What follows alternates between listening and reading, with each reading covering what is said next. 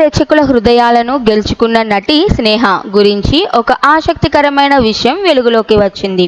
సాంప్రదాయ దుస్తులకు ప్రత్యేక ప్రాముఖ్యత ఇచ్చే ఈ హీరోయిన్ చీరలను చాలా ఇష్టపడుతోంది. కానీ ఆమెకు తీపి మరియు తీపి చిక్కుళ్ళు ఉన్న నియమం ఉంది. అంటే ఆమె ఒక్కసారి ధరించిన చీరను ఆమె ఎప్పుడూ ధరించదు.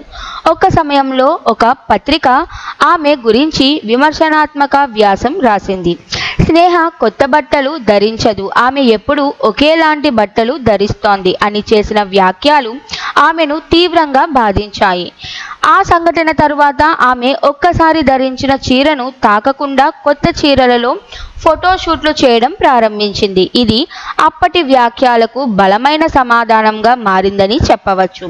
కెరియర్ ప్రారంభం నుండే తన సహజ నటన మరియు సాంప్రదాయ గ్లామర్తో ప్రేక్షకులను ఆకట్టుకున్న స్నేహ తెలుగు, తమిళం మరియు మలయాళ భాషలలో అగ్ర హీరోల సరసన నటించడం ద్వారా మంచి పేరు సంపాదించింది.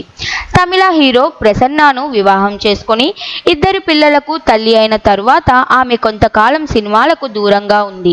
కానీ ఇటీవల ఆమె సినిమాలో నటించడం తిరిగి ప్రారంభించింది మరియు రియాలిటీ షోలకు న్యాయ నిర్ణేతగా కొనసాగుతోంది.